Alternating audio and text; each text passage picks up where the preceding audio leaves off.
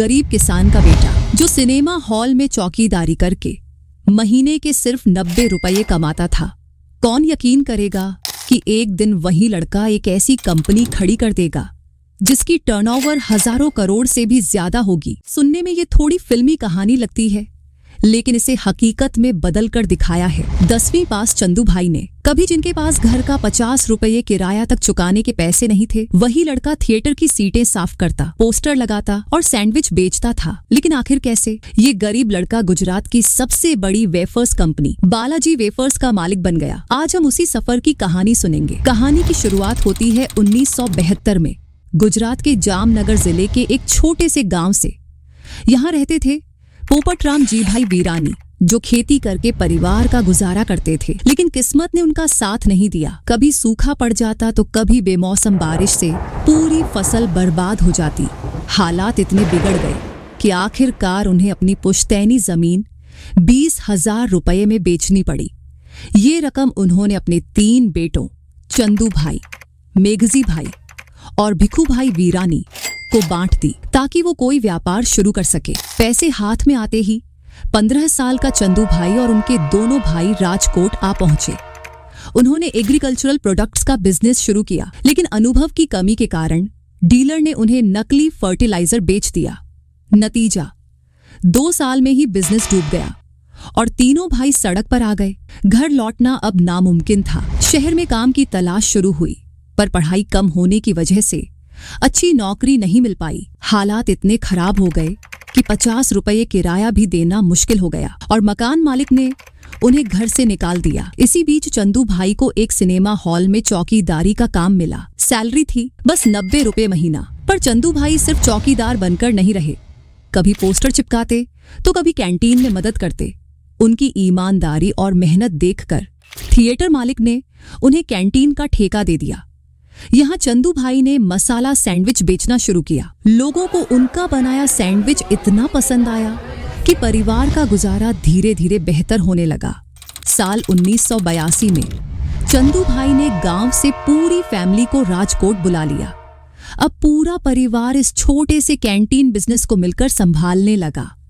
पर एक बड़ी समस्या सामने आई। सैंडविच अगर शाम को बच जाते तो अगले दिन फंगस लग जाता। तभी चंदू भाई को सूझा, क्यों ना कुछ ऐसा बनाया जाए जो जल्दी खराब ना हो। उन्हें आलू के पतले वेफर्स बेचने का आइडिया आया। शुरुआत में उन्होंने किसी वेंडर से चिप्स मंगाकर बेचे। डिमांड तो बढ़ गई, लेकिन सप्लाई टाइम पर नहीं आती थी। कभी वेफर्स टूटे फूटे होते तो कभी कैंटीन में स्टॉक ही नहीं पहुंचता। परेशान होकर चंदू भाई ने ठान लिया कि अब वो खुद ही चिप्स बनाएंगे। उनके पास करीब 1 लाख की बचत थी।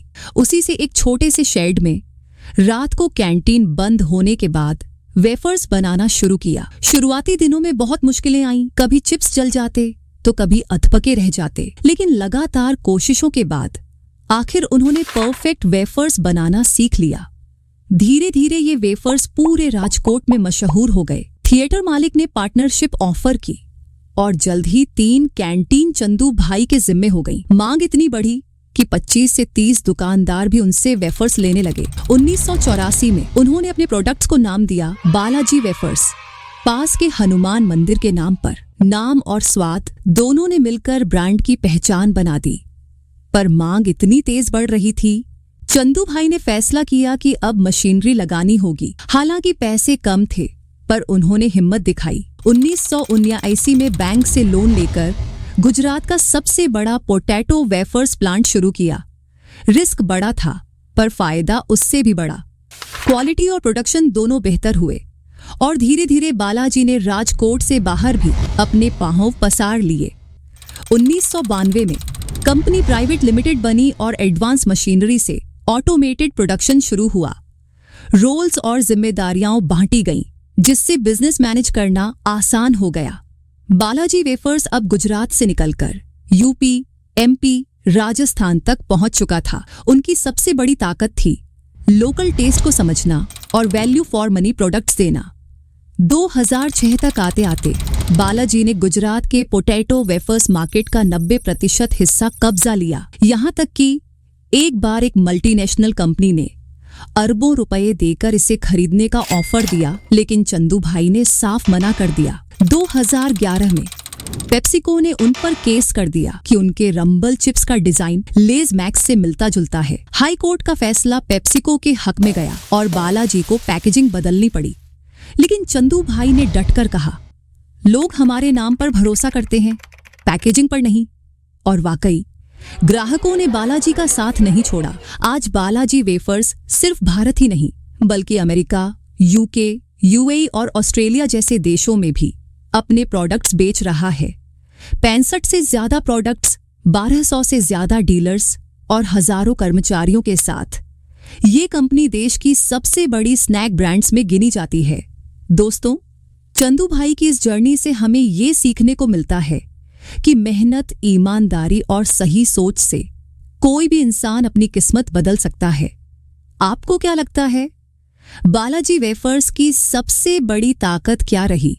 कमेंट्स में अपनी राय जरूर बताइएगा। और अगर वीडियो पसंद आया हो तो चैनल को सब्सक्राइब करना मत भूलिए।